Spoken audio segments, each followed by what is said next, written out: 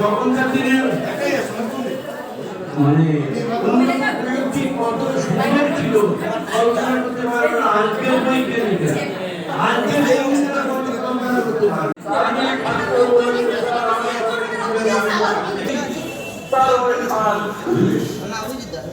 এটা কোনো ভালো কাজ করেছে। রাষ্ট্র সবসময় মানুষ নেই, তারাই সব থেকে বড় সেই মানুষ, সমাজ কর্মী মানুষ।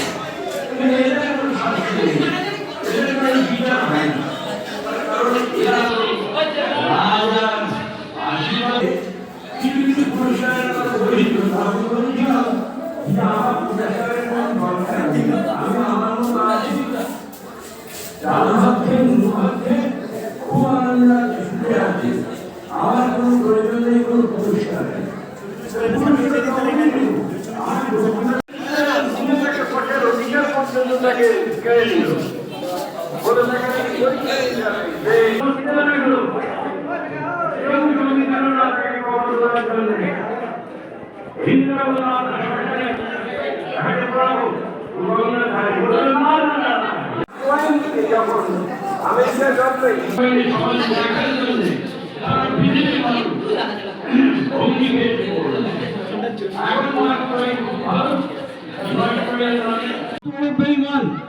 ভারতবর্ষে যদি বেঈমানের জন্ম না হতো, ভারতবর্ষ আজ বিশ্বের শ্রেষ্ঠ জায়গায় পৌঁছে যেত।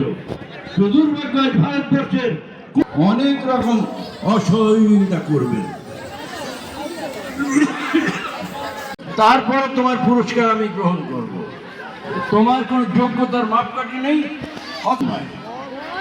সে মধুসূদন যখন দেহ গলিত হচ্ছে, তখন ডক্টর জারবো সাহেব তিনি ছুটে এসে বললেন, আমি কোনো বিশপের কথা মানব না, আমি কারোর কথা মানব না, শুনবো না, আমি মধুসূদনকে কবর দিতে চাই।